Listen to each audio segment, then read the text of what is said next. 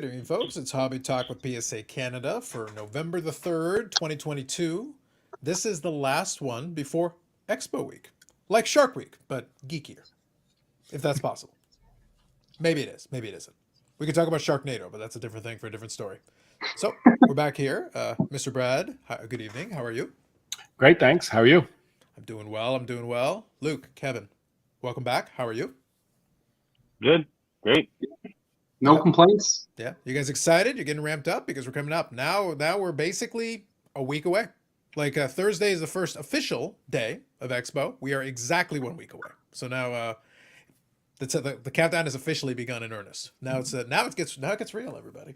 So after this weekend, now it gets close and it gets real. Hobby Cop, good evening. Yeah, Nick, good evening. Absolutely. So we'll definitely get a chance to see a lot of the folks. I think we'll finalize some plans. I know I've got some stuff that I'm working on for my channel and some of that. We'll be working on some stuff for PSA Canada. That's going to be definitely a part of it. So this is your last go around. And then we'll also be talking the usual thing. If you guys got any questions, if you need any order updates or anything, you're welcome to put that in the chat. So that's going to be part of it. If you got any Expo related questions, this is probably the first of the 2 episodes will be coming up here. I'll do some on my channel as well. And there is a less than 0% there is a greater than 0% chance that Steve Menzie, who runs the Expo, may be on Friday. Just saying. Don't have to. Can you say that again? How did you say that? I said there is a greater than 0% chance that Steve Menzie, who runs the Expo, will be on the Friday show. Now, I've heard rumors that someone tried to do this tonight, and frankly, Friday will be better. Moving on. Anyway, I am always here for shade. I am here to throw shade at all times. Oh, man. I live for it. It's what I do. But yes, if you want an inferior version of it, you got that tonight. But then you can do the proper version tomorrow. Trust me. Anyway, so we'll definitely hang out here and we'll chat a little bit. And we'll do it. So Josh says, you're saying there's a chance? I'm saying there's a chance. I'm saying we might have finalized that a little bit earlier today and basically sent over the appropriate links to the appropriate individual and parties involved. Allegedly. That's what I'll say. So wanted to make sure we took care of that because I thought it would be good to have that kind of information and to have that done so that basically everybody would have an opportunity to be able to ask any appropriate questions that they wanted to. Obviously, it's very busy now for them as they're organizing, so that's always a big part of it, and that's going to be part of the situation. So this is basically the media tour. This week and next week is going to be all set. So we're going to have a lot of that going on. Sanderson DeOr is here again, so Eric is back, and he once again has graciously offered to personally sponsor the like button, and this week we are charging him 1.5 times like buttons. So every like button we charge him 1.5 times, and frankly he's loaded, so he can afford it. I like it.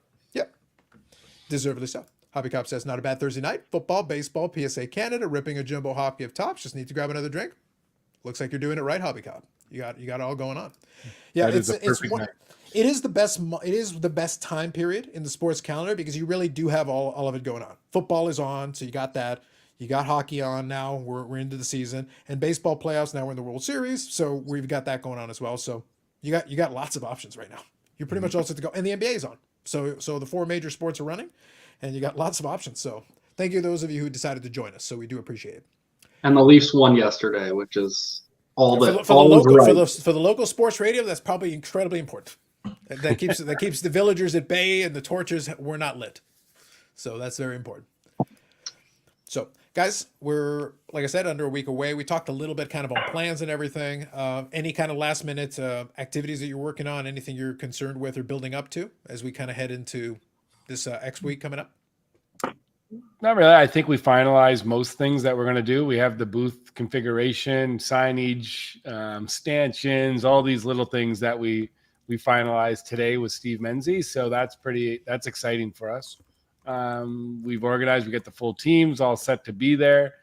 We have a ton of people coming to meet us. So, and we're all in the grading section, which I think is going to be interesting. I like it personally, but we're all in the back. I don't know if everyone looked at the floor plan from the show, but there's actually official grading section now, which is great. It's nice to be close to our peers, and we look forward to it. Absolutely. So what I'm going to do is it'll take me a second, but I'll go pull up the floor plan for us. And hopefully I'll be able to show you guys. We can zoom in here and kind of check it out. Yeah, there we go. I think I can should show say you. that too. We did the Montreal show this weekend, and thanks to Yannick, who I know is out there tonight listening. But Yannick was our official translator who helped us, myself and Luke, out a bunch of times. It was we really appreciated all Yannick's help. That's for sure.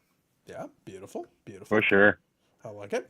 So I want to let you know that the Expo will be Hall 4 and Hall 5. So I've kind of zoomed in, but if you can tell a little bit. So here in the smaller version here in the red, you can see Hall 4 and Hall 5, the configuration there as part of the Expo. So Hall 4 is predominantly you're focusing on the autograph pavilion. There's a lot going on there. You got the stage. There is a bunch of dealers here, so please don't ignore them. This is going to be a lonely area, I think, a little bit out of the way. We'll see if the autograph guests, and it's a heavy-duty autograph checklist. Like there's a lot of autograph guests. So I expect there'll definitely be some traffic, definitely directed that way with all the autographs happening. So hopefully these dealers are able to get some activity there. The whole, we've got kind of that hallway thing going again. Hopefully the signage and everything is up to snuff and it helps them get some attention. So here you got the food court, and this is your Hall 5 entrance. So the way I would put it to you this way is you're going to kind of come in through here. This is one of the main ways here. Hall 5 and Hall 4, you got two different directions. But here you got food court if you're here at the end. If you go straight to the back, here is kind of your third-party grading alley. And you got all the usual suspects here. So PSA Canada will be here in the corner with their space here involved, right beside Hobby Stalwart KSA.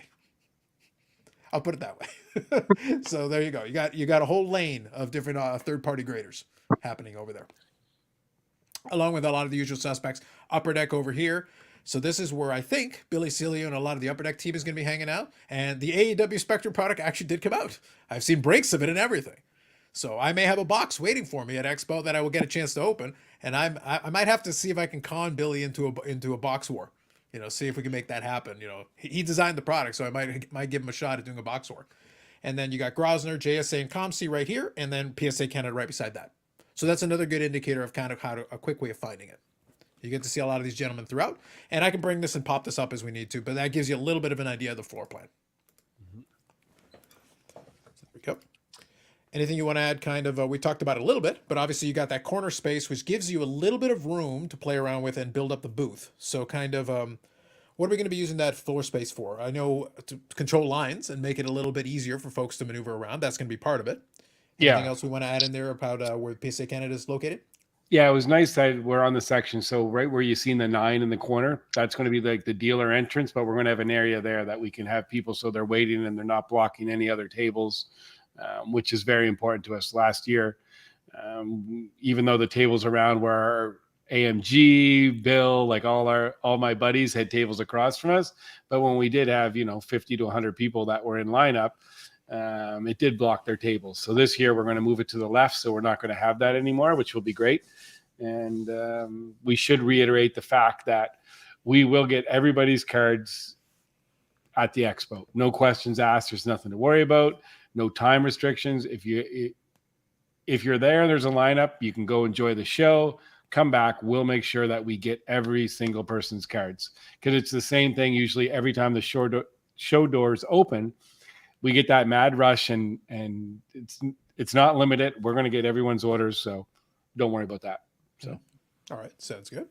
So I'll read a couple of these here. How crazy will the national be for PSA Canada? So the Expo is always very busy. The Expo is now Fall Expo in particular is the busier of the two generally. So we do get a lot more foot traffic and activity. This one will be a unique environment. We do know that there's going to be a balancing act. There's a lot of things that are available that are a little bit more open, a little easier to access and make happen. So that's good. We're actually going to have some product coming out, or that has come out, or leading in the weeks leading up to Expo. I believe the hockey product is supposed to come out as well. So I think we should be good to go on that one. Yeah, it will. It's confirmed that it will be there for the show, which is great. It's huge for that. It's huge. Yeah. For that Which product? Series 1. Upper Deck Series 1. Yeah. It's always very released important in the fall show. Yeah. For fall, that's a big one, because obviously you do need that one is a big one that you're going to have dealers with boxes sitting on the tables. Then people crack it, and then they move some cards around. They do send in some cards for grading. There's going to be a whole bunch of stuff going on with that. That helps move things along. It's part of what gets money flowing at the show. Yeah, exactly. And we'll have boxes available at the AMG Collectibles booth. Look at I want a that. box.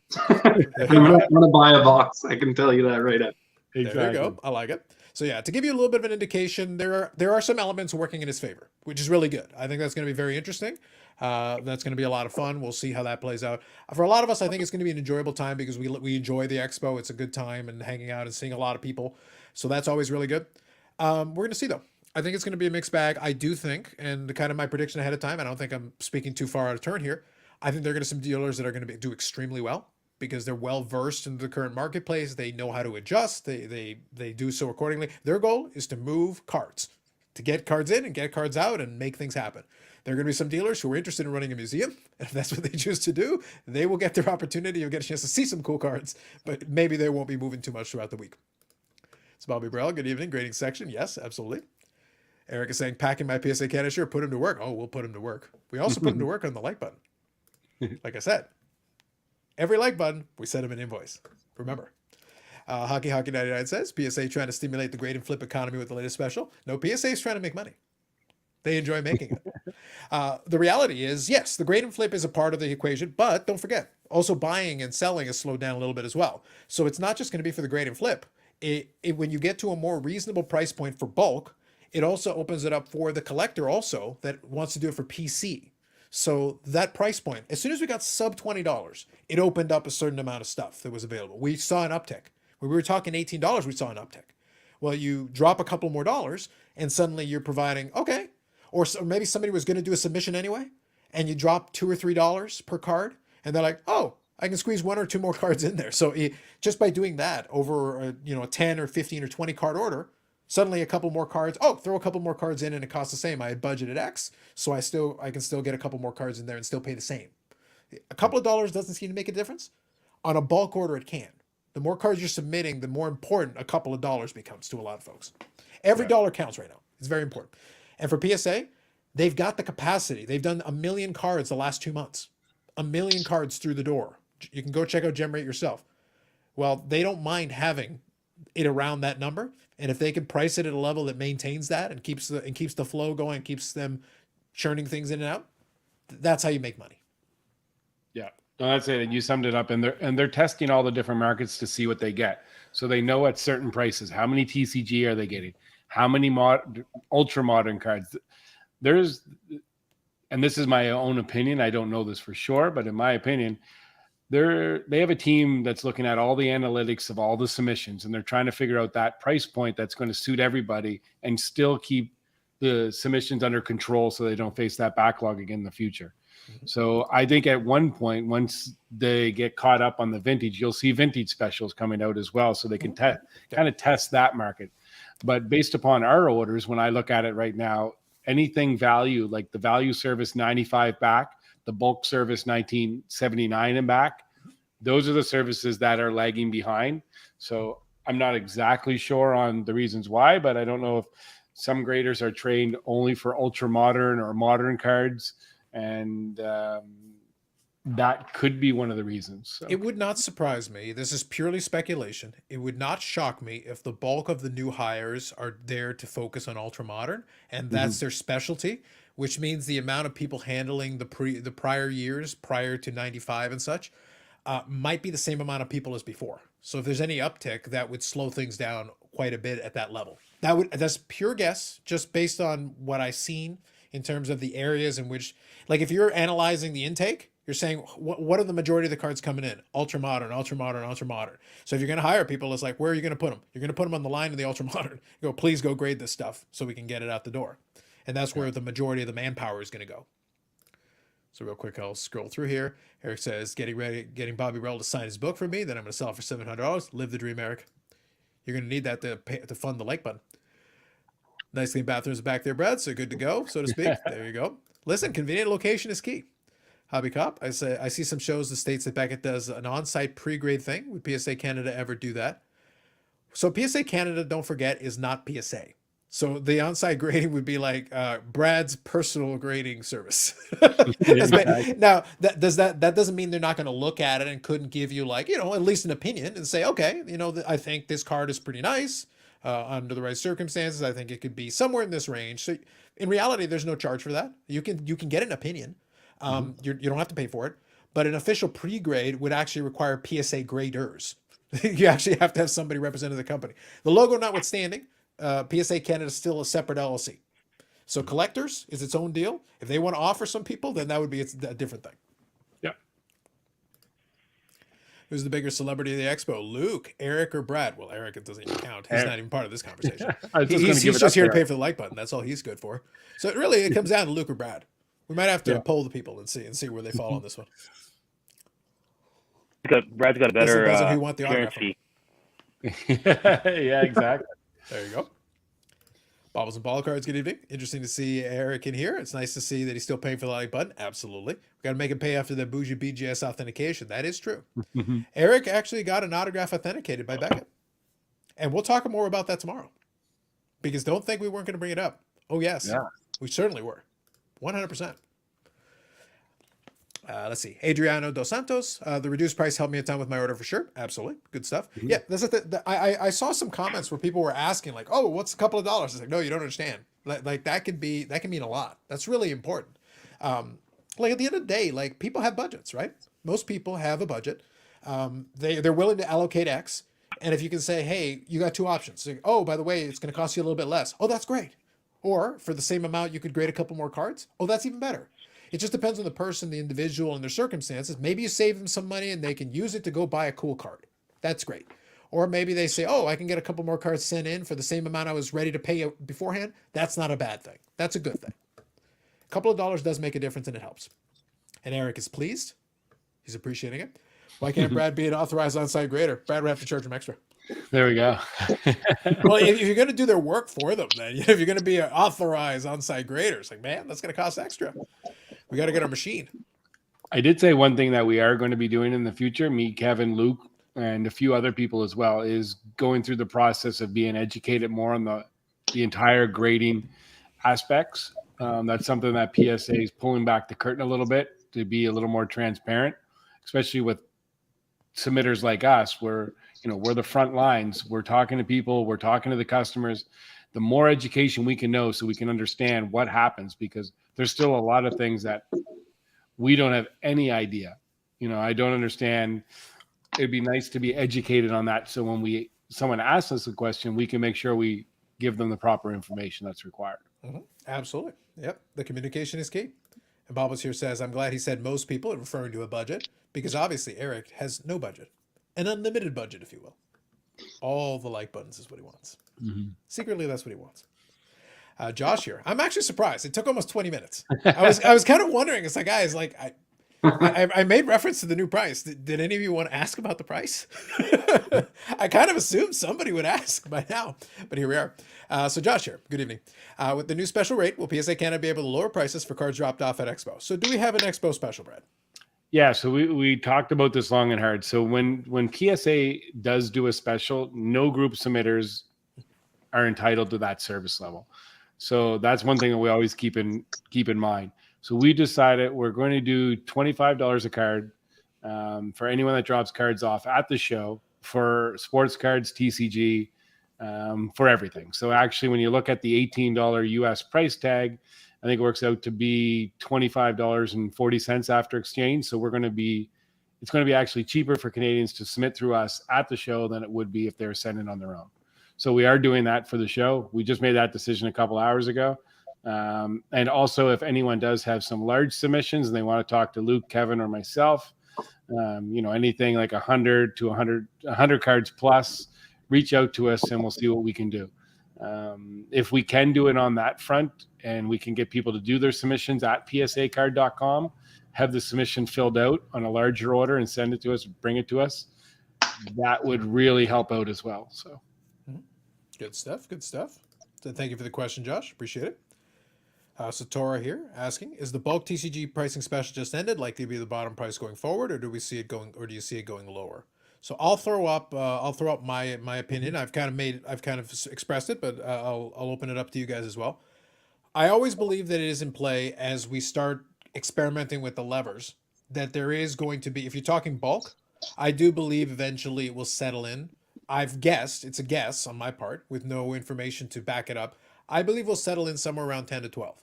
The reason being is that it's a good number that provides the opportunity for folks that are set registry. It provides the opportunity for, folks that are doing singles, PC cards, things like that.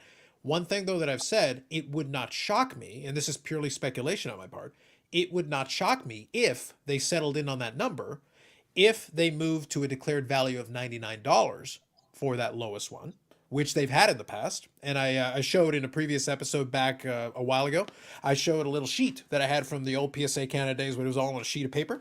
And it was $8 US a card in 2018. So this is late 2018, so now 4 years ago. Late 2018, it was $8 US per card, but it was a $99 declared value.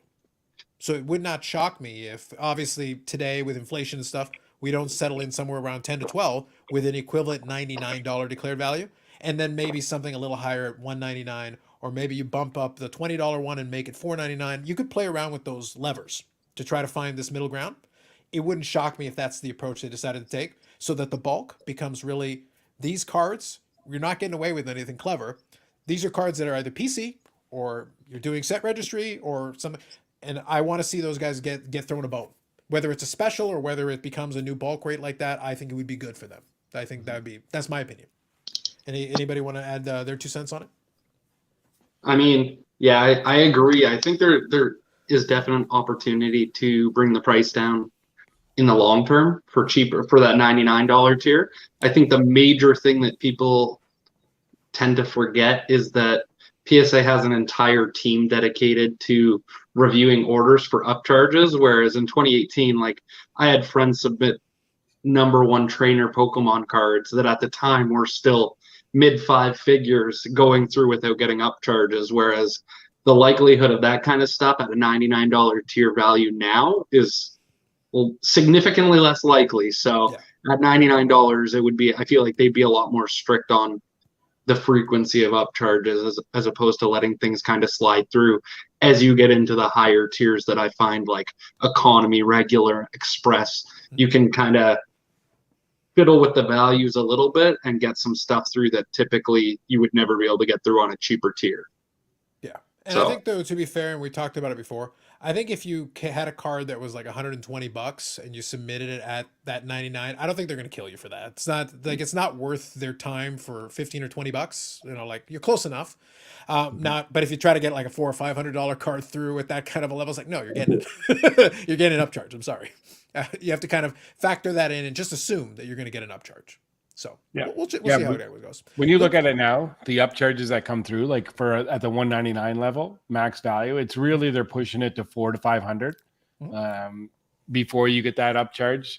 If it's 250, $300, 350, there's so much fluctuation there in the marketplace that they're not tagging those. So yep. So Josh, the declared value up to 199. So for the special, yes, 199. Yeah. It'll be for that one. Luke, any thoughts on kind of potential? We're speculating on this one. So any speculation on future price? You think it's going to go a little lower? Where do you kind of see it? I think if they do, the only thing that they can probably do with that is that it's going to be the same thing. They're going to extend the time frame as well, right? So I guess it's a balance of, you know, when you submit it, if it's the cheaper tier stuff, then it's probably going to be longer term as well, right? So I think right now what we're running about 4 to 5 months, maybe perhaps it's going to be 6 to 7 months. I don't know. I mean, but then I think it's sometimes 3 weeks. Yeah. Well, I think though, to be fair, I think one of those things that kind of goes back to that balancing act, because I was chatting with some folks in comments and things, and they're like, well, why don't they lower it faster? Well, then if you lower it faster, you get an influx of submissions. That's good in the short run, so that's not a bad thing. But one thing you have to factor in is if it gets really slow, really fast, as long as you meet within the time frame that you've offered, that's great. But I got to be honest with you, it's just my opinion. I think with bulk, you can get away with it to a certain degree. I think 120 days is kind of on the upper end of where you want to be as far as a bulk is concerned. Nobody wants to get back to 6, 7, 8 months. I don't think anybody wants that. Even if it was super cheap. Even if I said, okay, $5 US per card, but it'll be a year. I would do that. I know that some people would. But like, it's one of those things where, like, I feel like 10 to 12, if you could legitimately hold the line at around 120 days, I think most people would be pretty happy with that, because at least that it gives them a balancing act between, like, it's not super expensive, it's not as cheap. At the end of the day, you ask some people that they want it for $1 with 1 hour turnaround where everything gets a 10. You know, everything must be perfect, but that's not realistic. It's trying to find that balancing act between the two. You could try to do that 7 or 8 month thing, but it's like, I just think that's not a great experience. And I don't think they want to get back to that because we've been there. It's one of those things, like we've seen that kind of a turnaround time. And like, look, there's some stuff where I'll send in and I have plenty of patience with that. I don't care. It's not a concern for me. But there's other stuff I was like, no, I kind of would still like to get it back within like a 2 or 3 month time frame. I think is fair. I think that's reasonable.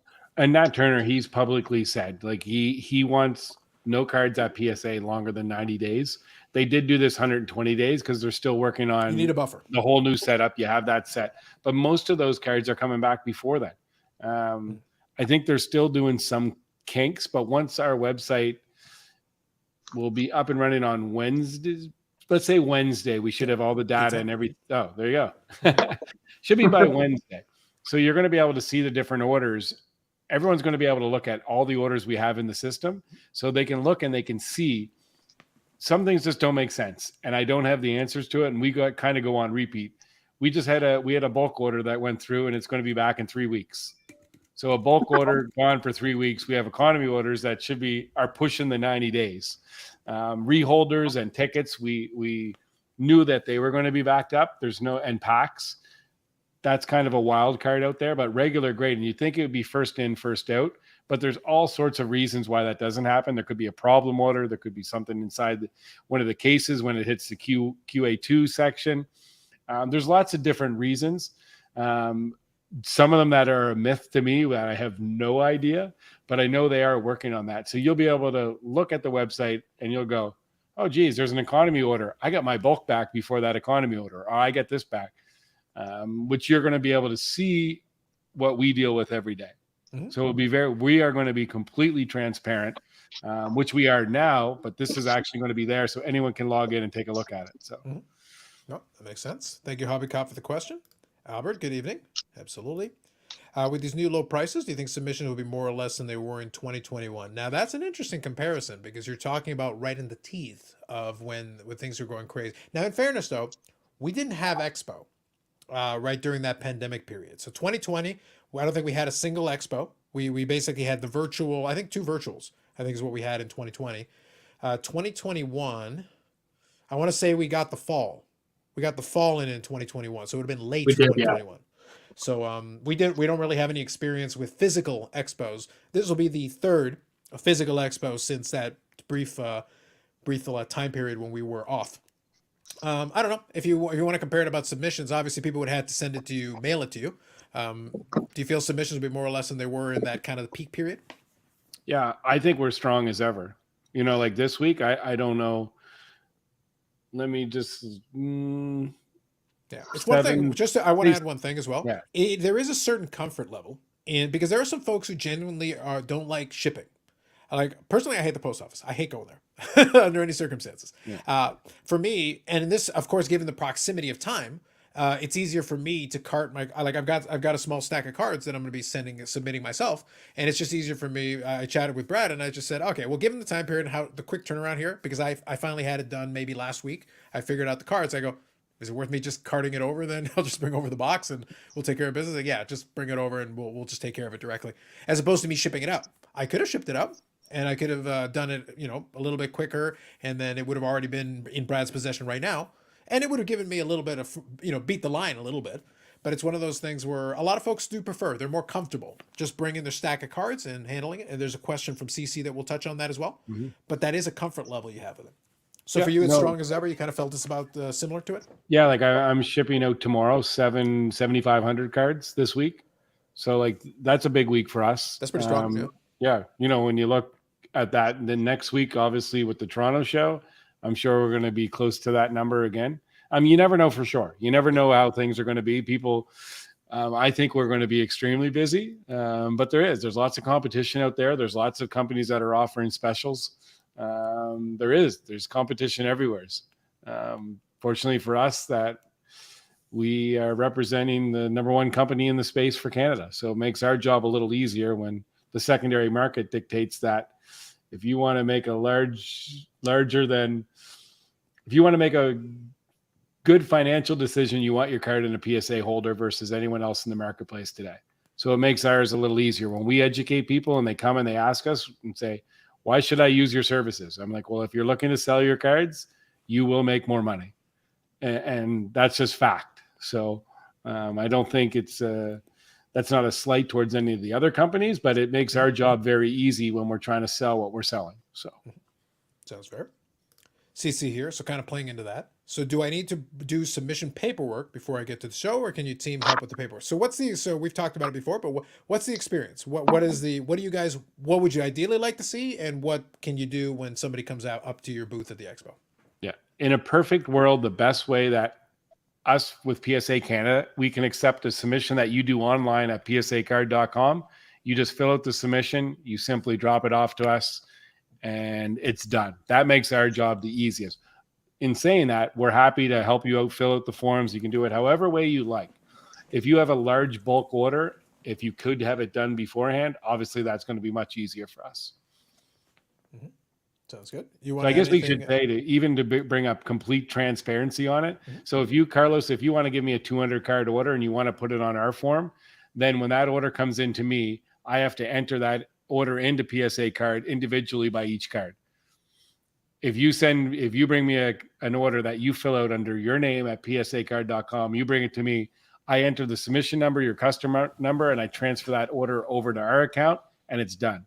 So a 200 card order either means done on psacard.com, it takes me 5 minutes to transfer the order to us. If it's 200 cards that I have to enter in the system, it could take me 2 hours. Mm-hmm.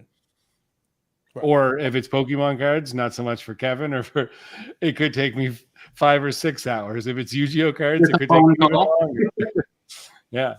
Now be honest, how much of that is just staring at it and going like, somebody thinks this thing can fight? Like, really? This thing? Come on, man. Just saying. Yeah.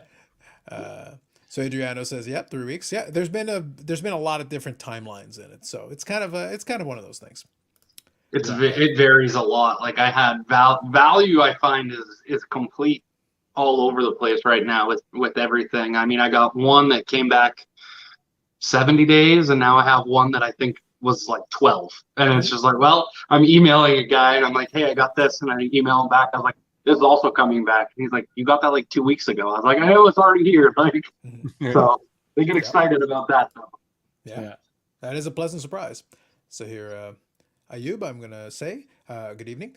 To me, the biggest reason sending through Middleman is the insurance that you provide in case cards get lost to and from PSA. So what does the insurance cover? What does that include? Yeah, so you're insured for the value we did have a good question at the Montreal show. So you're insured for the value of the card that you declare in your submission form. And someone asked me, they're like, well, why don't I just put them all at the max? So we've never had a claim on that insurance. In 23 years, Len ran it for 21. In 23 years, we've never had an insurance claim going to and from PSA. So in saying so, could there be some pushback on it if you overinflate the value of your card? There's a possibility. So I feel like as we're always learning everything, I almost want to say fair market value, and I think we might change that going forward. Hopefully we never have to worry about it like we didn't have to worry about it for 23 years. But you might be insured for fair market value. For example, if someone puts down a $10 card that's going to grade it, even if grades a 10's worth 50 and they put the value $4.99 and something happened, would there be some pushback? I'm not sure. We all know how insurance companies work. It's never easy when there's a claim. So you are fully insured definitely for the fair market value. And my assumption is and I've always been told is what the declared value is. So that's good. For me, it's the customs too. Like when things shut down, Brad was like, "I'll just send stuff direct," and I was like, "All right." And then I remember I sent a Trout Cognac rookie for a customer, and I ended up getting destroyed by customs on this card. And you can request, like you can file it all back and you can get it all back, but like it was such a headache, and I was like, I'm never doing this again. And I have not submitted a single thing since then, other than working with PSA Canada. So you're making a very important point though, Kevin. And this is just this is always something that I've kind of discussed with folks. It's like, and it kind of plays to that question a second ago about the middleman thing. Why would you use a middleman? And also we got a question here from Chess Card, which I'll get to in a second. So we'll get to that. But the point is that why would you use a middleman? There is always a risk factor in it. The more hands you introduce into the process, no matter what the process is, the more hands you introduce into the process, the more additional risk you are taking on. What you are getting in return in this instance is a certain level of simplicity. It is the ability, and we'll touch hockey's question as well that'll play into this. There is a certain simplicity in being able to have kind of somebody helps you walk you through the process, get you from point A to point B to point C, all the way through the end, be able to contact somebody directly who can then answer questions, assist you with it, give you the statuses, all that stuff. There is that element of it.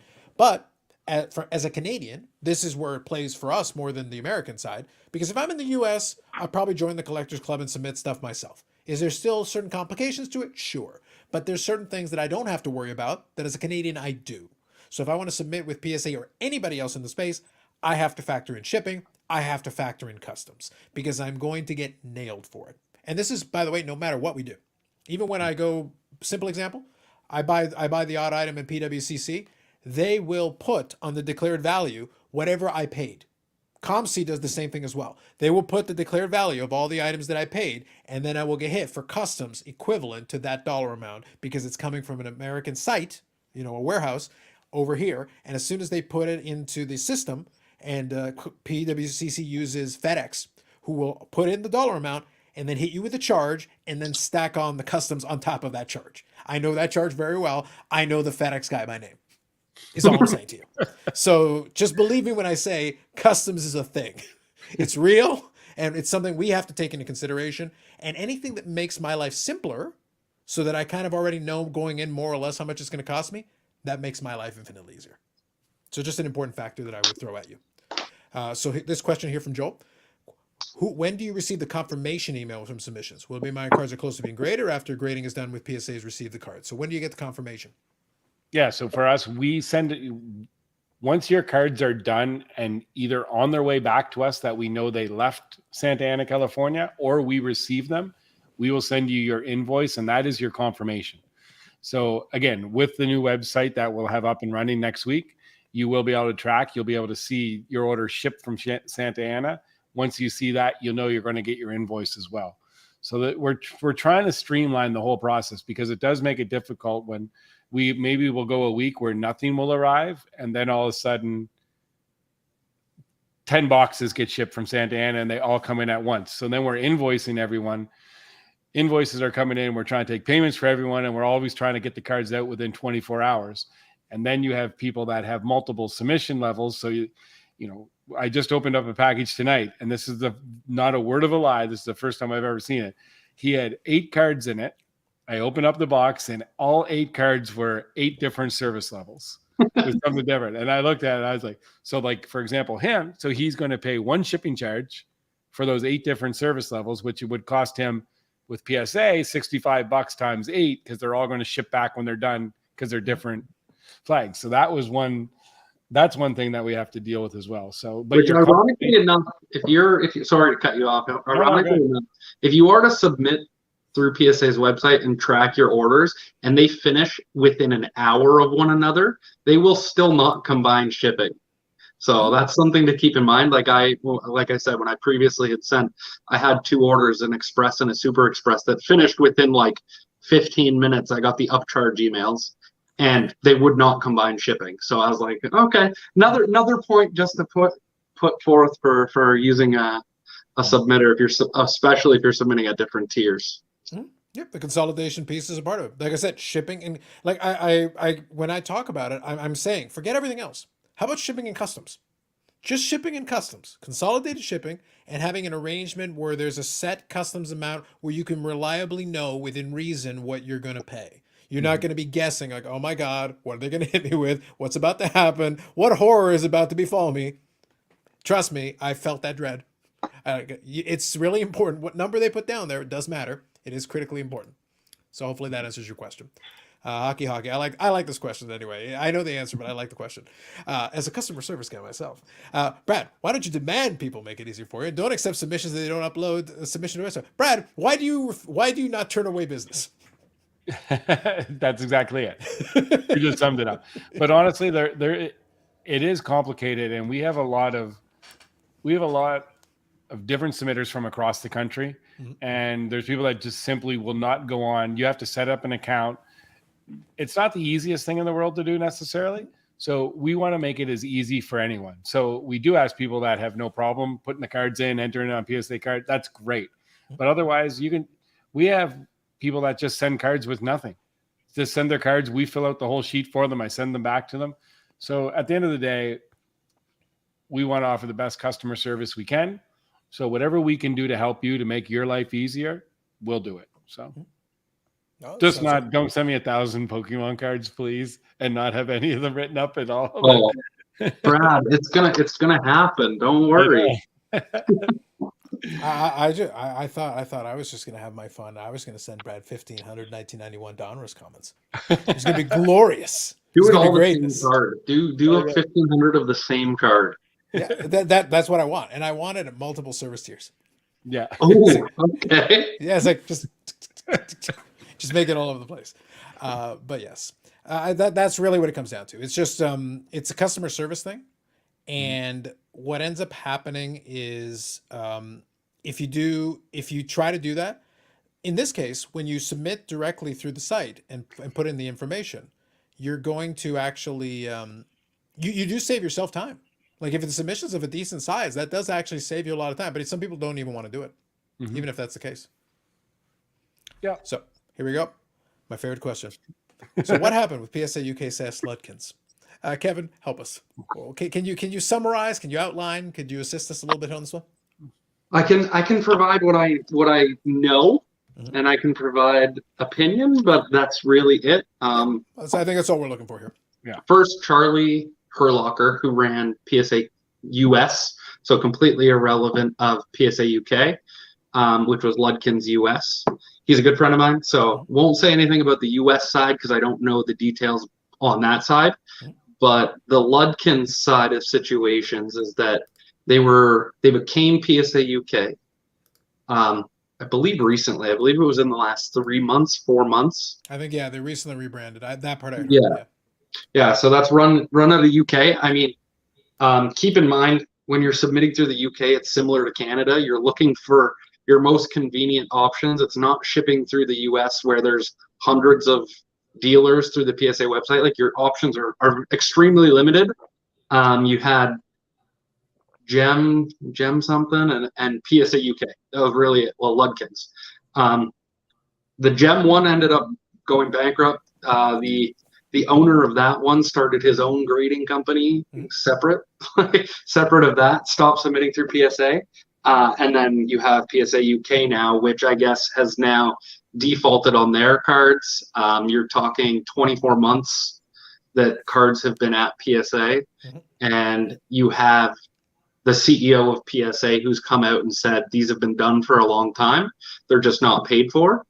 And Ludkins, I guess, on the UK side of things is not willing to provide the details of those people's orders to at least get them contacted and reach out to those people to be like, hey, your cards are done, pay us directly.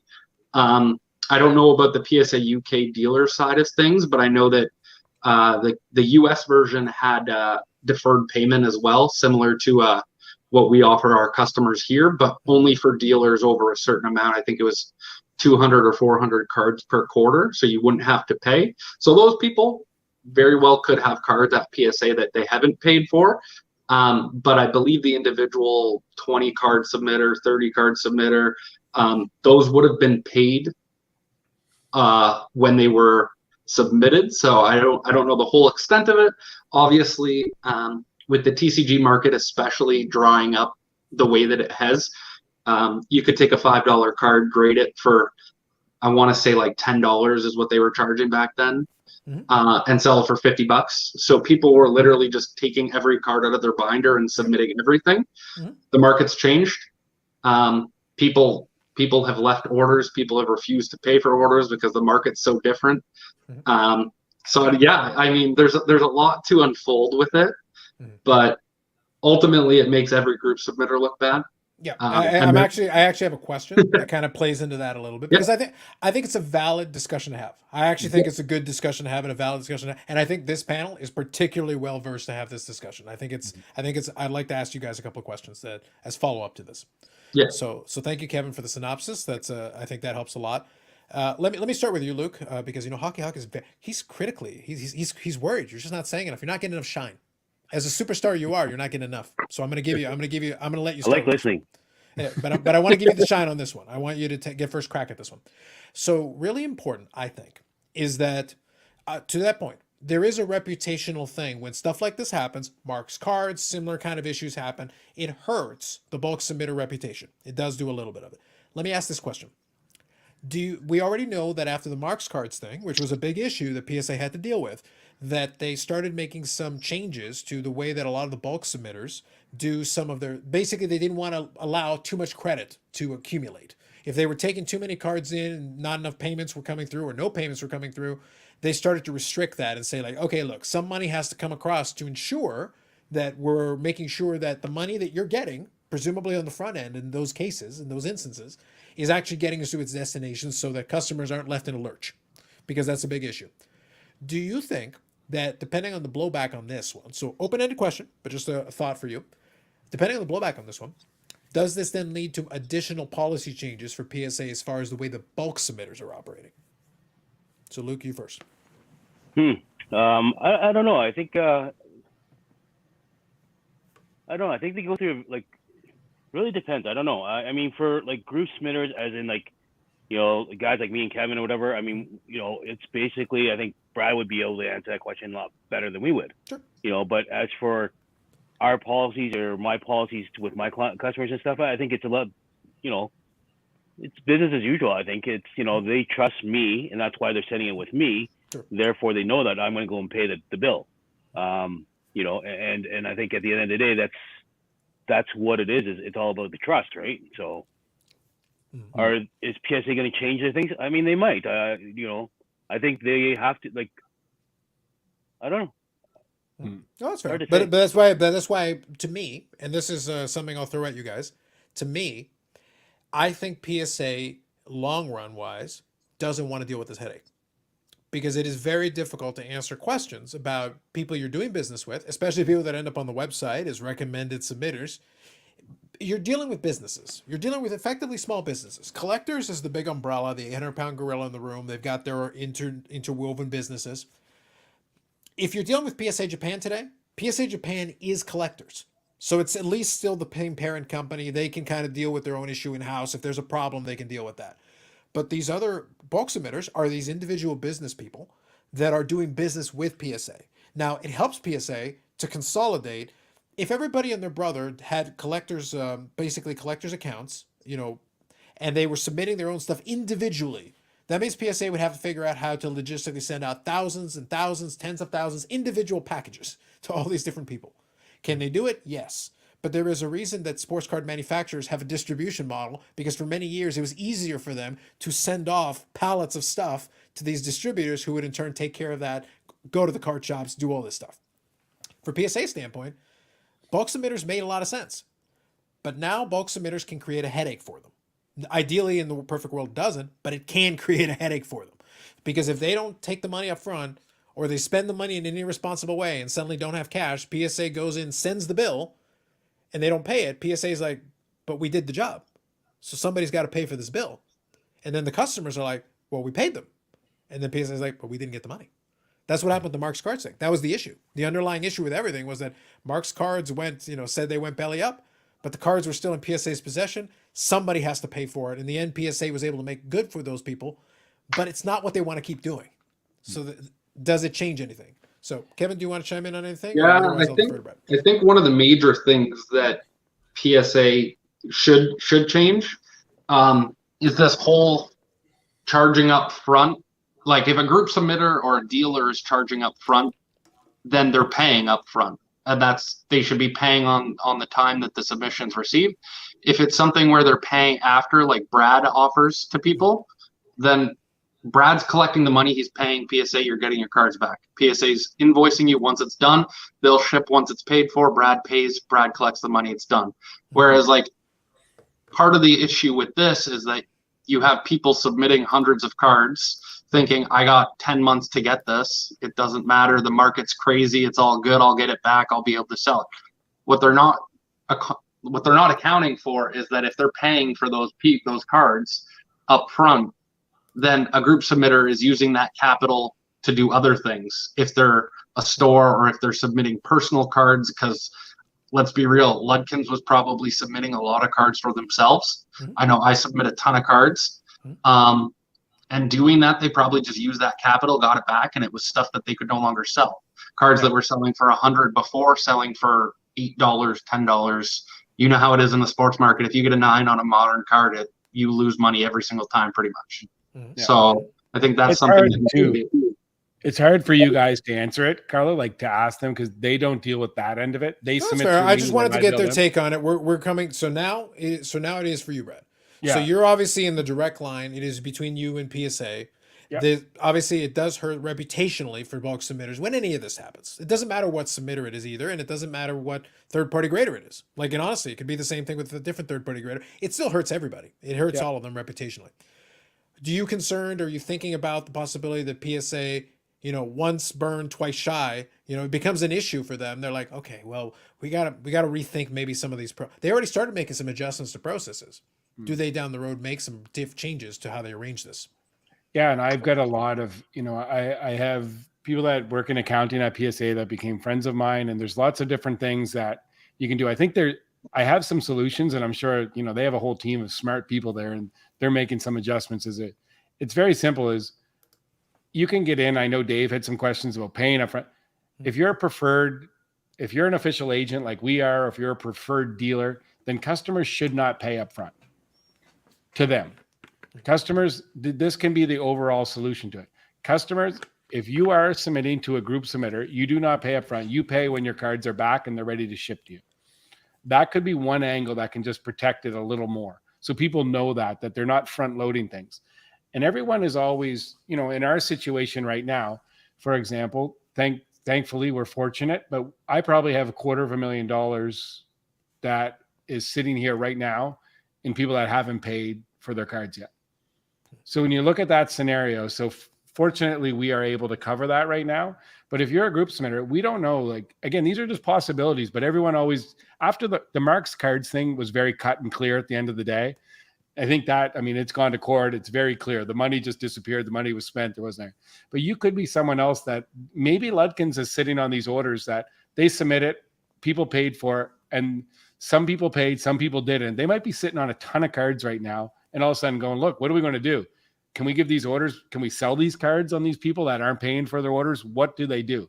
Because I don't even know in that scenario. Like I said, I've got some orders that are sitting here for a year. And it's like, do you just default and do we just take the cards and sell them? I just like to get paid for the grading fees. Mm-hmm. But that could be one aspect for them to do that. Also, they could work. You'd see people not be able to do it if they had to pay up front. There's not very many people out there that are flush where they could pay up front. Like if I went to some of our best customers and said, all right, guys, send me the money before you get the cards, that's going to be difficult. Our golden rule is we don't release cards until they're paid for.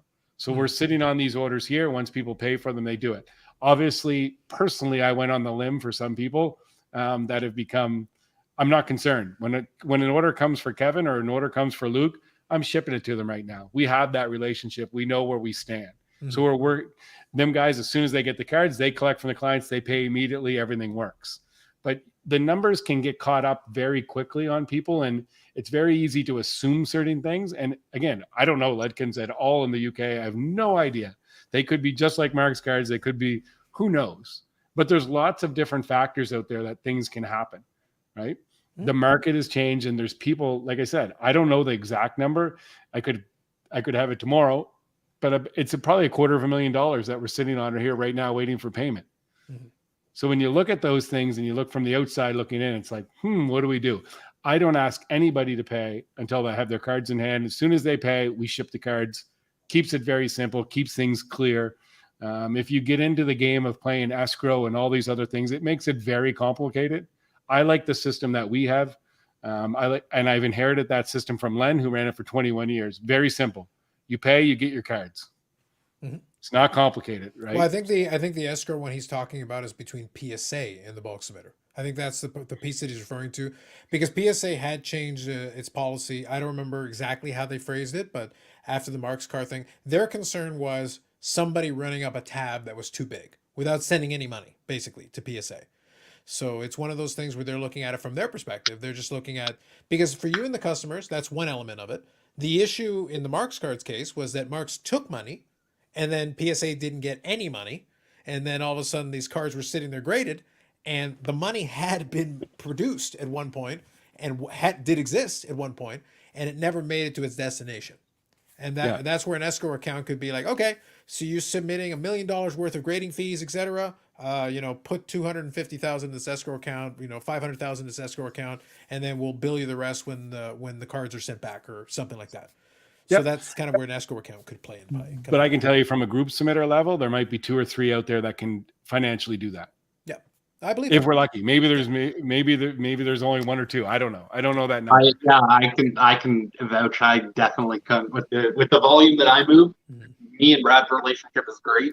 He works with me on all of it, but yeah, there's zero chance. Like I've sent Brad 3,000 cards for customers in the last 13 days. Like that was up front. I mean, I could figure it out. I would charge customers up front, but even then you tell a customer they're paying $600 and they'll get their card in 90 to 120 days. A lot of these people are sending 20 cards with the intent to sell probably 15 to keep the other 5 graded for free. And that period of time where they pay gives them that leeway to be able to get the card back and sell it and not have to worry about that. So, and that's another thing, another advantage that we never publicly put out there. But what's one of the advantages? We'll help our customers. So we'll work with you. There's certain people that we do know that say, hey, can you send me half my order and I'll pay for half and then just hold the other half. Once I sell those, I'll have enough money to come back. So those are all advantages of us. That's part of our business model. We want to be there. What's another advantage to us? Well, your credit card's not going to get hit as soon as they ship. We'll work with you. We'll make it happen. So it's all part of business doing it that way. A lot of these orders and we're doing such a big volume when I use that, there could be $500,000. There could be $250,000. It's not like some of these orders that I'm sitting on for a year now, they're very small. That might be 5 to 10 grand worth of cards. And there's lots of factors that came into play. These people, we can't get a hold of them. We don't even know they submitted their cards. We have a phone number or we have an email and they're just MIA. I think the Vancouver and Edmonton shows that we did in April and May, we might have another 15 people that are just waiting on we've never heard from them. They just kind of disappeared. Right. So fortunately, I'd say 99% of the time, the cards are worth more than the grading fee. So we're okay on that end, which is good. But I mean, for me, I don't know about Brad, and I don't think he could implement something like that. Like with me and my terms and conditions, once I've sent your invoice, there's a certain time period that you have before there's interest, and then after 90 days, it's essentially I'll sell your cards off, cut you a check for the value after the interest rate. But that's just more work for Brad, so I couldn't see him doing that. And in the 3 years I've been group submitting, I've done it with one customer. And he's like, great, perfect. I'll just take the check. I'm happy with that. Thanks. So for me, but for Brad, I could never see that being a thing. Yeah. So my question is, sorry, go ahead, Luke. So I have a question. Mm-hmm. So if we put the money, $500,000 into escrow, who collects the interest? PSA or the customer? Well, that would be part of whatever arrangement was done. Yeah, that an escrow account. When you do that kind of an arrangement, you have to kind of figure out, who, to your point, who collects the interest on it, because you're not just going to put money sitting there. Like, it's not piled under somebody's mattress. In theory, you would put it in an interest-bearing account. You may as well get something out of it while the money's parked. And then, yes, to your point, who would get that interest, obviously, at the end of that transaction? That'd be something you'd have to work out, and that would be part of it. And I was going to say, Brad, maybe the problem is, and this is maybe the issue that is unique to our situation, is that we're in Canada, and the Canadians are too damn nice. Now, not me. I'm a Canadian citizen. I don't have that problem. I was born in Panama. I don't have this issue. I didn't get the memo. I'm sorry. I'm half Panamanian, half Colombian. I don't have that problem. Yeah. But the point is that, but no, the Canadians are too damn nice. That's the problem here. Mm-hmm. Some great comments, by the way, everybody. So I do want to touch on a couple of these, and I think some of the conversation did touch on a couple of these. So I'll get into a couple. So Hockey is asking a question about the recession. I will come back to that. Hang tight for a minute. Eric and Bobbles making fun of each other. I like it. Dave here says, like an audit of all PSA international submitters in order. It wouldn't shock me if PSA at least reevaluates some of its relationships to be a little bit more stringent. That's kind of the direction that I was taking that question. I was being very specific. But it would not shock if I'm PSA. I have to at least do a review and be like, hey guys, have we had any issue with anybody here? Are we worried about anything? Do they have a big tab? Is there anything we should be worried? Are there any red flags that we should be worried about right now? I don't want to have this conversation again. Basically, if I'm in that office, my statement should be like, I don't want to answer questions about this again. I don't care who it is. I don't want to do it. So what can we do to make sure I don't have to answer this question? If I need to cut somebody off, then let's cut them off now and get it over with. Like whatever we need to do. That would be the way that I would approach it. That would be my take. Yeah. Hobby Copy says, what happens if submitters don't pay PSA Canada? Are they forfeited PSA Canada after a certain time period? Brad, so when do we send the people to break legs? That's very good. You know, honestly, me and Luke, we talked about that, and I talked with Kevin as well. We've never had an official policy, so that is something I'm going to look into. I don't know legally. Obviously, we'll get McGinnis Cooper, our legal team, to figure something out. But there's been nothing that I've ever been worried about up to date. And now we see the orders coming through, but that's one of the things that we do as part of our job as well. I look at people's orders and I say, look, when I know they're going to come in, they're going to grade well, or they're going to have some value that's going to recuperate the grading fee. We're not just submitting things blindly. We're telling people that. We did have a guy in Montreal not to get off topic, I want to get to these questions, but a guy at the Montreal show, he submitted 3 cards that I said, you're going to pay $50 per card. You can buy these cards in PSA 10s for $20. And he just, no, these are my cards. They're personal and I want them done. I'm like, okay, but that's a prime example. His bill's going to be $200. He's going to have $60 worth of cards if they grade 10s, like clear cut, just like that. But these were his personal cards. He wanted these ones encapsulated. Absolutely. We'll do that. But that's 3 cards. Mm-hmm. So we are protecting ourselves. We're not just blindly taking people's cards, submissions, sending them in. We know what we're doing on that end. Mm-hmm. Yep. So this is where Dave brought up the escrow account. So I'll just zip through a couple of these. It shouldn't be about trust. Normal business practice for deferred payments meant for others include escrow accounts and payments up front. Yeah, we talked about that a little bit here. Payments up front and go into an escrow account. So I'll zip through a couple of these. Brad, how do you deal with greasy customers? Degreaser. Next. Brad, why don't you charge? I'm always on this. Brad, why don't you charge the base grading fee up front? He's too nice. he did touch on that. He actually answered that question. So hopefully that helps Dave. Brad, be careful. You're telling the audience it's okay to leave you a hole in the bag. The problem is they're too nice. Otherwise, we'll send in the Hanson brothers and they'll foil up. That'll come up later. So Bobbles here. There's pros and cons to both sides of the coin. And Bobbles is a bulk submitter, so he has a little bit of insight on his end of it as well. So pros and cons to that side of the coin. You also take the risk of people just sending cards with never an intent of paying, and then you're taking that risk. That's kind of what Brad was talking about. Mm-hmm. And then you have to have some sort of policy for folks to know if they don't pay, there's consequence of some sort. So that's kind of what Brad was alluding to a moment ago. Adam here, good evening. Absolutely. Sounds like a dangerous game. It can be. Mm-hmm. I'll pay for some of those orders. Pick me some good NFL. There you go. So at least you got one buyer in case the things go south. We can send Hobby Cop after the guys. That's right. Exactly. That's right. You can collect the interest as long as you're acting in good faith. There you go.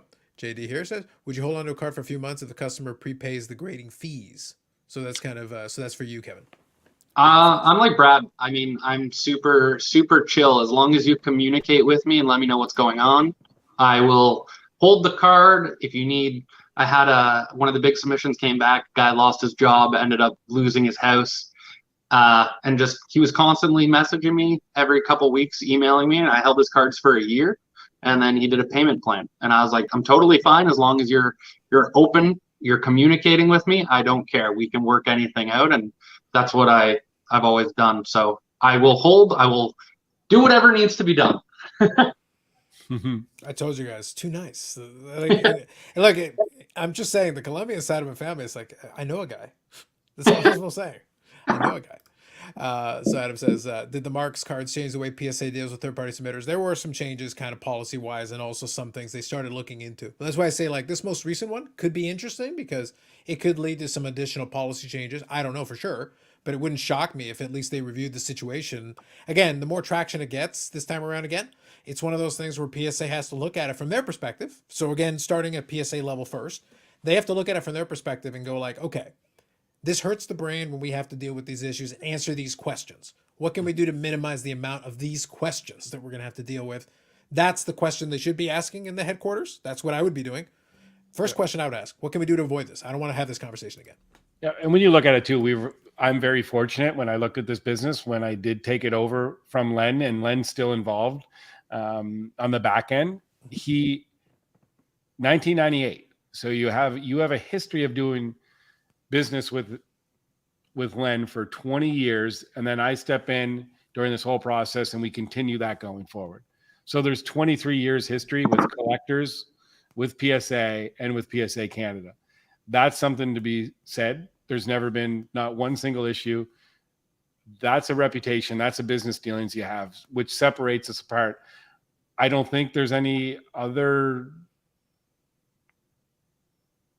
group submitter out there that would be 23 years. I was going to say, are you guys the longest one? I kind of feel like probably, you know, It's gotta be baseball cards. It's Maybe. gotta be up there.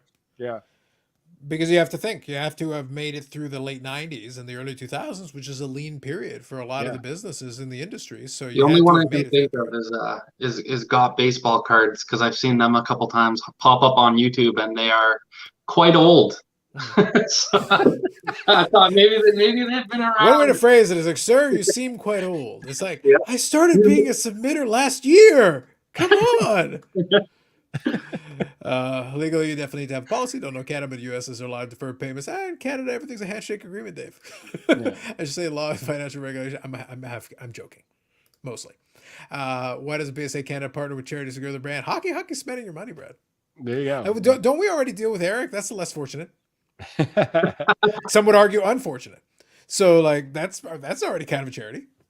Yeah, I can tell you that between AMG Collectibles and PSA Canada, I don't think there's too many organizations in Canada in the collectible space that does what we do, and that's not with no arrogance or nothing else. But you'll see it Friday night at 5:00 at the Expo too, if you want to come for our customer appreciation night. Just another thing that we do. The best way you can support charities, we can do it under the radar, and it makes us happy every day to do that. Now, there you go. Well, that's the other thing. It's also as a business, I'll put it this way. I know businesses that I've been a part of where they tout a lot of their charitable contributions. They receive money from their employees. They might volunteer them to contribute and then take credit for their contributions to charity. Just saying. Yeah. It's not really that charitable when it's like, yeah, we'll get money from them. It's like, hey, look at how much money this organization gave. It's like, oh, we'll match it. That's cool. What if I wanted to submit it on my own? Oh, but do it through us, through the site. Anyway, moving on. Do you accept in-person autograph cards and tickets? So they do any PSA DNA? Is that a submission? I think you can do that as well, can't you? Yeah, on cards that you can. Yeah. Okay. Sounds good. And just remember, that's one thing that when it does have to go through that stage, it could take longer than anticipated. And same as tickets. Tickets is what held us up from the June Expo, which our final order just popped. So we're going to have them back in hand. So everyone that submitted a card at the Toronto Expo, they are all completed, a card or ticket, a pack, everything. And I've requested that the guys coming up from PSA, when they come up on Monday, Tuesday, if they don't get to me in time, I'm just saying, please do not leave Santa Ana without those final 61 tickets / cards in hand. So we've done our best. No, that's fair. Sounds good. Thank you for that. Here, Marlon, good evening. Is that the Zezel payment plan for Kevin? Yeah, so I offer Sezzle on my website for product, which is just like you can split your purchase into 4 payments. I don't know if you guys have ever heard of it. It's just something. It sounds familiar to me. I think it's been a while since I've seen it, but I think, is it, so it's online based? Yeah, it's a Shopify plugin. I'll be honest, I've only used it the odd time for a PSA submission where somebody just wanted it quickly, because when you pay with Sezzle, I obviously have to charge a higher price. Yes. But I get paid fully at the top. Like it pays me fully. And then you can split the payments to them over a period of time. So I think it's like 4 payments, with one of the first payment upfront being kind of front loaded a little bit, depending on the value. I truly don't think it's worthwhile doing it for the PSA submission. But if you need a payment plan, I'm more than happy to just work something out privately. No interest, anything, no charges or additional stuff like that. That's fine. Yeah. All I ask is you just communicate to me. So you don't necessarily need to do it. You just gotta just got to message me. But I would not recommend Sezzle unless you absolutely want the cards right away and you're fine paying it's 15% after Shopify and Sezzle fees. Mhm. You can do that as well. But I know your order's larger, so I probably wouldn't recommend it for you. And I would also recommend at this point in time, especially, not financial advice of any kind, I would not be seeking to use any credit instruments unless you have to. Right now, with the interest rates as they are, I would not be seeking actively to add additional credit to my own personal portfolio. I would be looking to reduce my credit, my credit obligations. To each their own. Best of luck to you. Whatever you need to do. No judgment. Just put everything on my Amex and close my eyes. That's what I do. That is an approach. That is a path you could take. That is a path you could take. Look, all I'll say is this way. I've always had fun. I enjoy stuff. I'm a fan of stuff. I would be a lot richer if I was less of a fan of stuff. I've said it very clearly. I would be a lot richer if I was less of a fan of stuff. Because I'm actually a decent investor when I focus on actually investing instead of spending money on stuff that I shouldn't be buying. However, with that said, I am in a position in my life where I could literally just sell my house, get out of all my debt, zero everything out, and move to another country, a warm country, and vacation there. Panama. And you could all be seeing, yeah, if I went to Panama, it'd be even cheaper. But the point is that I could do that tomorrow, snapping my fingers. Not everybody has that capability, so it means I'm in a position to be able to fix that overnight if I want to. But I do not recommend going into debt with anything hobby, especially right now. Especially right now. Not right now, it's not worth it in the slightest. If you can't pay for it right now, basically in cash, don't bother. It's not the right time. Leave it be. It's called experience, not being old. Love it, Dave. From the bench I was here, thinking experience, but I couldn't think of the word. So old. I think you wanted to go with the more insulting version. I appreciate that. I promise I was thinking. As the patron saint of shade for the show, I appreciated it. So Kevin here, good evening. For Kevin with the ricochet shot. So from the bench, sorry. Kevin with the ricochet shot on the old guys. Yep. Dave here says, yep, strongly encourage you to contribute. By the way, just to add to that story, not only was I strongly encouraged to contribute as a member of the company, I got notification reminders. Oh, hey, you haven't contributed yet to the fund drive. I didn't realize that voluntary charitable contributions were mandatory, that you have to send me reminders. Subtle, y'all. Subtle, like a sledgehammer to the face. Jeez. Eric says here, I'm a charity. I feel you people are not fulfilling your obligations to support me. Absolutely. Eric personally gets personal fulfillment as a charity every time you hit the like button, and I charge him. It is a charitable thing. Help this man by hitting the like button so that we can make him pay. Charity starts at home. And at home, you have the like button. Think about it. Sorry, Kevin told his cautionary tale. Be wise, especially during the current climate with your hobby decisions. Facts. Marlon, perfect. PSA interest-free loans. There you go. Yeah. There you go. Katie is the goat. So now two of you have gotten goat status. Now we got to get one from Luke, and we'll have the trio covered. Yeah, it is cardboard at the end of the day. 100% right, Dave. 100% right. No, like right now is not the time. Don't go into debt for anything card wise. Like I said, I've used some of the flexible payment options that I have available to me, but there's a lot of zero interest ones in the past that you can use sometimes. It just lets you defer a payment or something, like on a big card or something like that. You can do that, but not now. Right now is not the time. It is not a good time to play that game at this time. All that stuff, all those obligations, I've cleared them. Because right now is not the right time to be in any of those. You don't want to be making payments on anything if you don't have to be.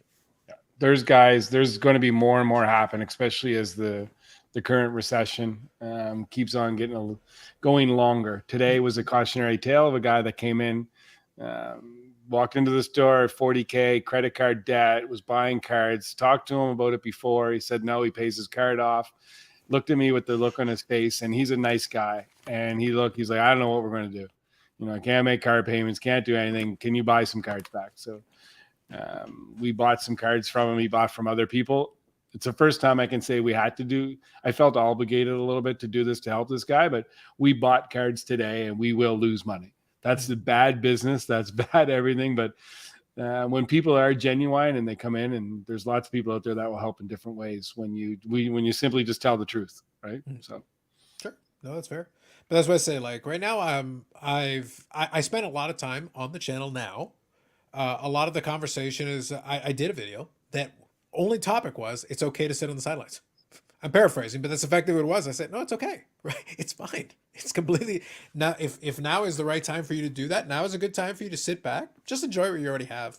We do this because right now it's still a fun conversation. We can still have an enjoyment of it. But if we're being frankly honest, none of this stuff is necessary, and we've always been very clear on it. Even the third party grading and everything. The goal here is to help PSA Canada, help promote the brand, help promote the company, work with Brad and the team, Luke and Kevin here. At the end of the day, we want them to do well. We want them to have business. We want that all to happen. But if now is not the right time, now is not the right time. Mhm. You can still come on here, hang out in the chat, and ask questions.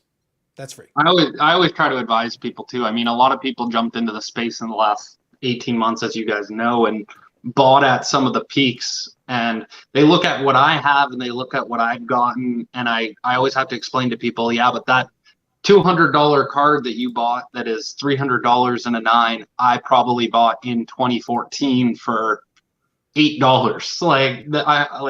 And people are trying to jump in and they're trying to make money and they're trying to use things as a way to cushion the current economy. And it's just, there's a window to do so and there's places to do it, but it's very easy to catch a falling knife right now and burn yourself pretty bad with some stuff, especially with how quick things are heating up. I don't know if it's the same with sports like it has been previously, where like WWE Prism was $1,600 US a box for a week, and then it was $600 a box the next week.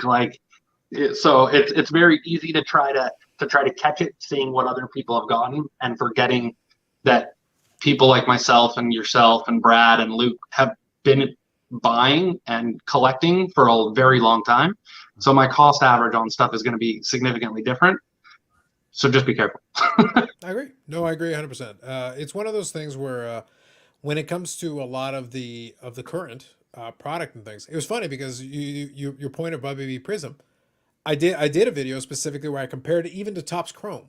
I specifically compared it to Topps Chrome, same genre, same characters, same everything, and I said, guys, you're not willing to pay $30 for this one, but you're paying $400 for this one.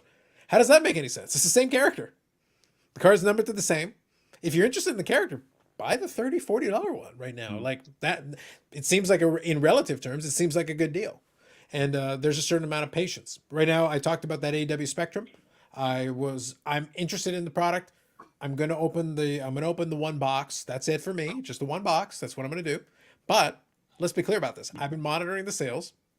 The sales that are going right now, those are probably the highest prices for some of those items that is ever going to come up. Wait a little while. It's going to eventually go to EPAC and then eventually go to ComC, and it's probably going to cost less. It happens every single time. Yeah. You can find some great deals on cards. And it'll be fantastic. It'll be glorious. But that's if you're willing to be patient. On some stuff that's a little bit tougher, different conversation, because if it dries up and doesn't come back in the market, different discussion. That's with any new product. If the stuff is like a one of one and the super collectors go nuts, that might be your only shot to grab it. But if it's something that, oh no, this will come up again in a couple of months, you'll see it like 10 times in the next 6 months, 20 times, 50 times. You may as well be patient then. Just wait. You know what I should do too? I should say, since you mentioned ComC, we'll give a little shout out to our buddy Barry, who was in Montreal with us, and he'll be in Toronto and he'll be in Vancouver. One of the and he's gonna get a box of stuff from me. I'm starting to sort through it. He's awesome. He's passionate. He works his butt off, and he loves the hobby. And he's just the more I get to know him, he's a genuine great guy. So highly recommend. There's another shameless plug. Nothing to do with us, but Barry at ComC is one of the best in the business. Yeah, and I'll be chatting a little bit more about that. Was that? Yeah, with bagels. Nice.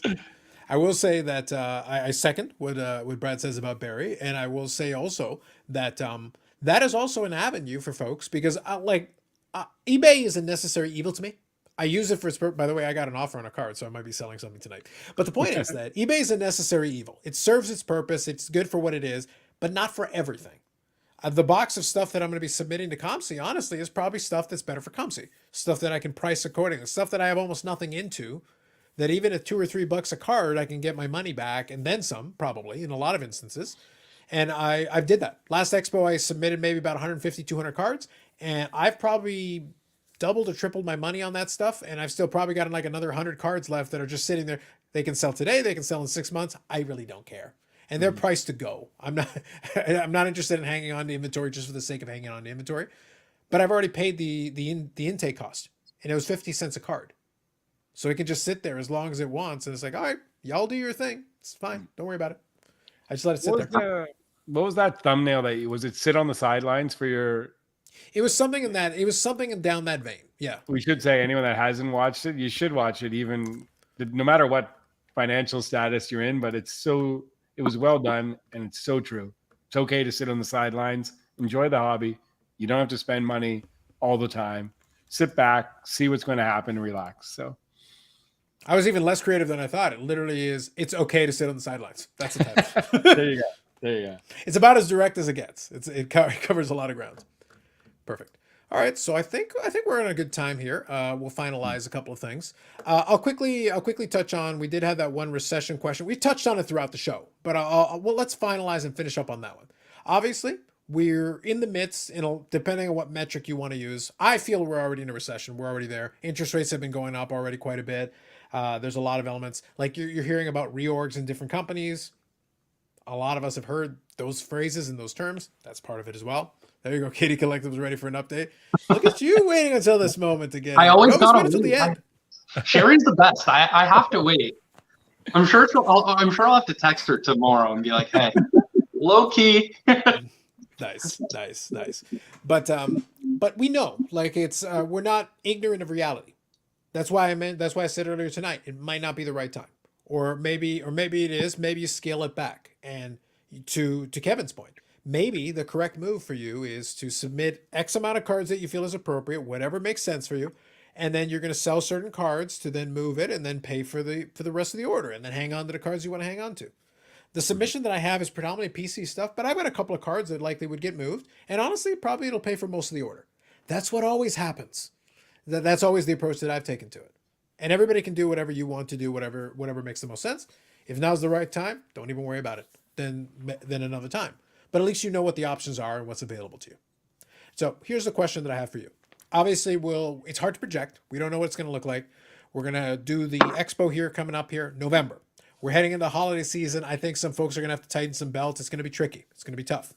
And then we'll be heading into the hobby new year, so to speak. Normally, there's a little bit of a pickup in the new year with Christmas bonuses and stuff. That might be a little tight. We'll see what that looks like. We'll see how that goes. What do you guys think? What are you thinking in the next couple of months here leading into the new year? So let me start with you, Luke. Some thoughts. What do you think? I don't know. I think it's gonna be busy. We're gonna be busy next month or whatever, and then leading up to Christmas time, I think it's just a little time to relax. But all the stuff that we've been working on for these months are gonna come back. So to me, I'm just thinking it's gonna be busy. I think the hobby itself, it has gotten better to where it is, where like you said, product is coming out. Like Series 1 is coming out. I don't know. It's like what you guys said as well. It's you gotta stay in your lane. Don't worry about going into somebody else's lane because you don't have that car that can drive in that lane, right? Stay in your lane, do what's best for you, and not worry about what somebody else is doing. Doesn't matter if somebody's got 5 Ovechkin Future Watch autos. You don't need anything out of that. You can get something else. That's what I feel. Mm-hmm. That's fair. I only have 4, so I feel your sentiments. I feel what you're saying. I'm going to convince Brad to buy a bunch more at the Expo next week. Ovechkin Future Watches? Ovechkin and Crosby. Yeah. I was a little late. I need $175K in cash.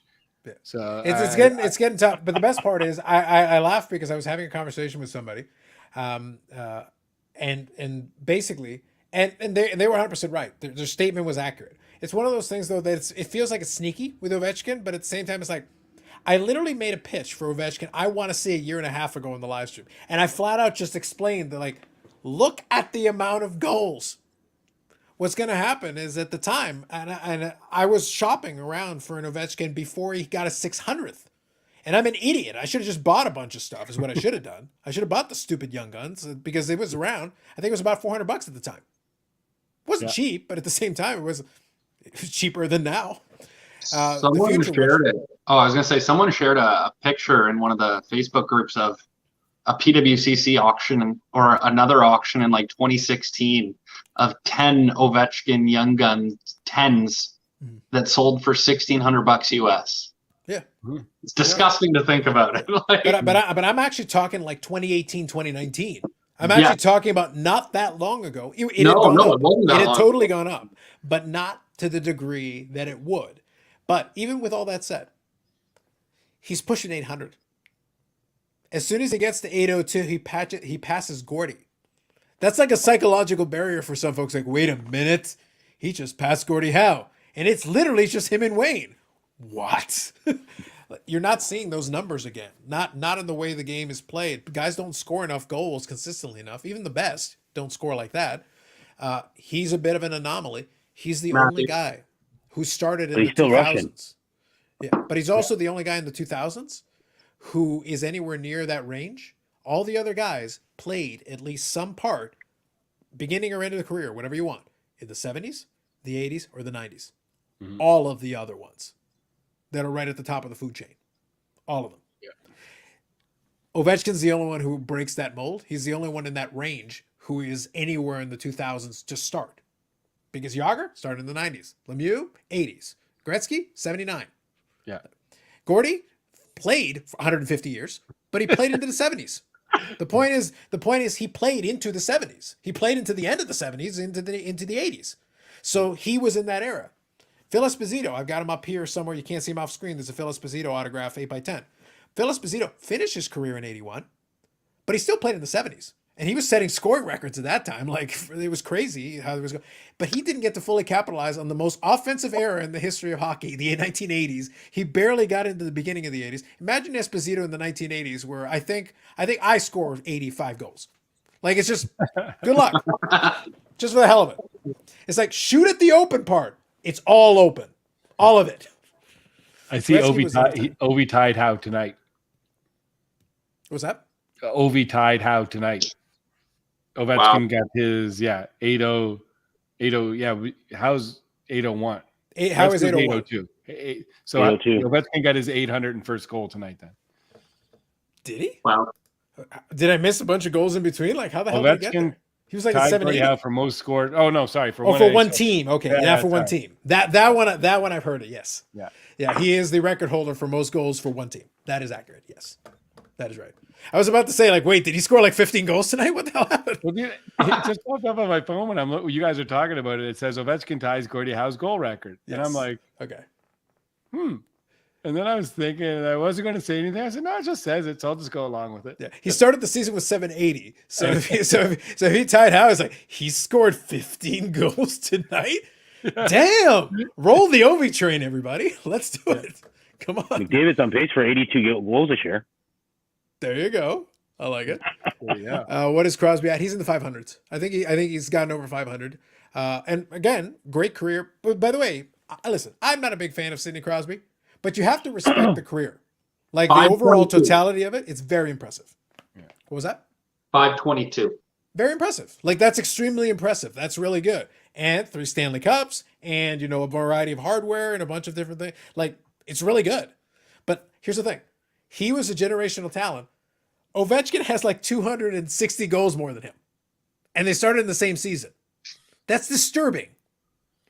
That's deeply disturbing. And he's really good. It's not like Crosby sucks. No, he's actually pretty good.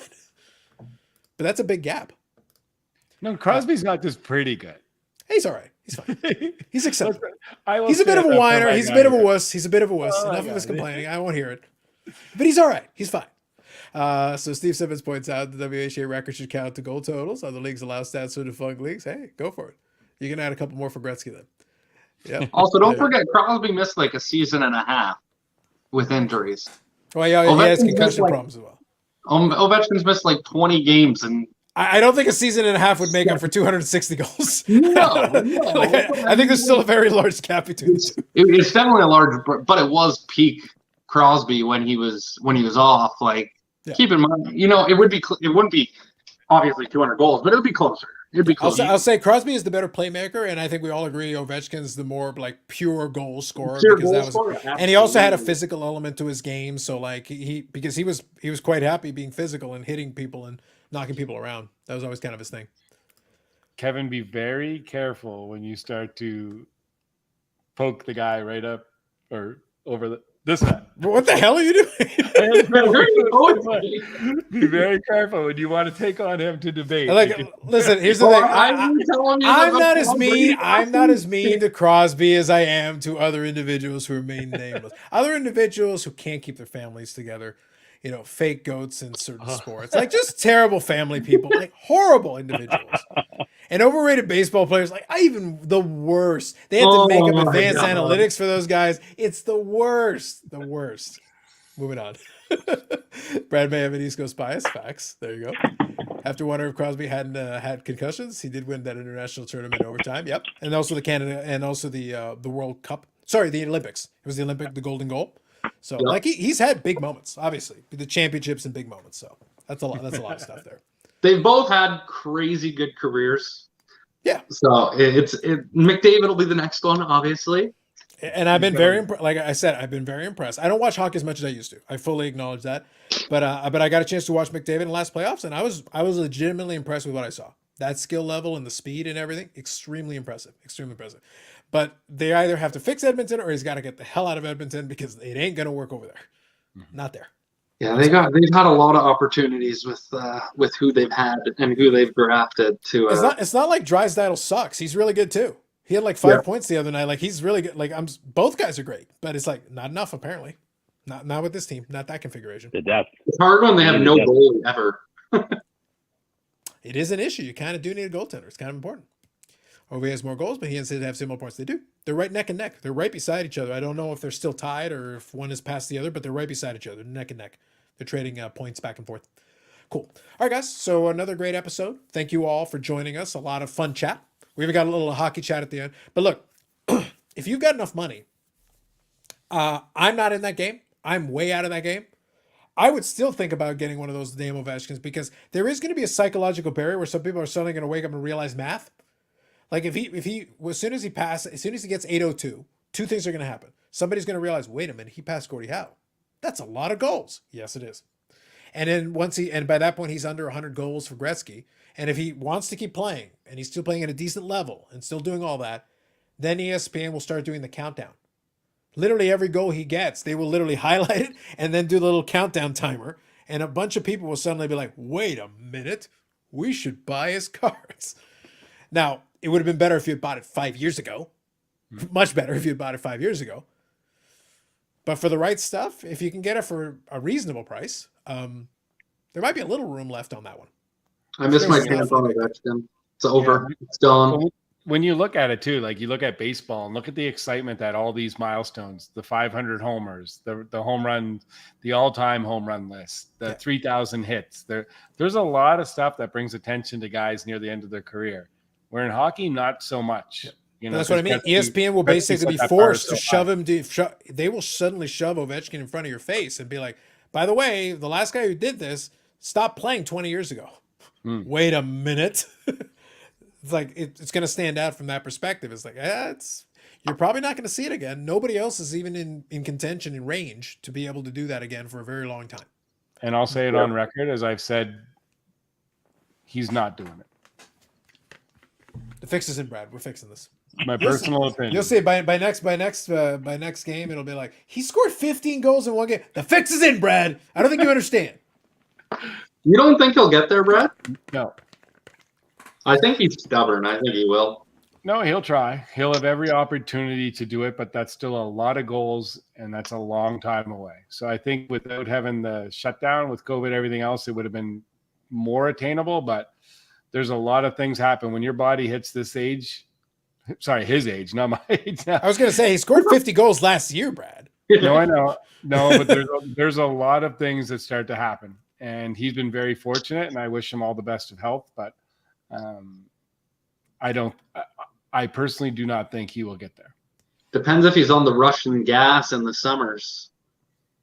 Look, all I'm saying is now I think we can all say truthfully, we're all rooting for. Oh, it's like do it, Ovi. Do it. Sell out just for goals. I want you to get 75 this year just to shut up Brad. It's like, do it. Go get it. All right, guys. Have yourself a good night. We'll be back We'll figure out what the schedule is for next week. That's one thing we'll have to figure out. Just letting you know in advance. We'll figure out what the schedule is for next week, what that's going to look like. Maybe a different day. Maybe we'll adjust it. We will let you know. If you're not already, subscribe to the channel, hit the notification bell, then you'll get the updates. I'll put some kind of a community post in it if we figure it out. If it ends up being a different night or whatever we end up doing, we'll let you know, because obviously next week will be Expo time. And then we'll have to figure out how that arranges with the schedules and everything. And I'll say that, leave it too, Carlos, that customer appreciation night, 5:30 to 8 o'clock at the Expo. You don't have to submit cards. You can stay in your lane. You don't have to worry about anything. Everyone's more than welcome to come join us just to have some good hobby fun. So absolutely. And while you're there, I will encourage you all to open up your phones, go in there and hit the like button, because Eric needs to pay. And even while we're at Expo, we'll hit the like button. Why not? Let's do it. Also, if you do have any questions or anything and you do catch this on replay, throw it in the comments section. We do see it. So we may have to figure out how we're going to respond to it over this next week and everything. But you're still welcome to put in the comments in there, and then we can still respond to it. And we can always incorporate it into a future episode. All right? So for me and the gentlemen, thank you very much. Have yourselves a great evening. Enjoy the rest of your Thursday. If the football game's still on, enjoy that. And we'll have a good night. We'll catch you in the next one.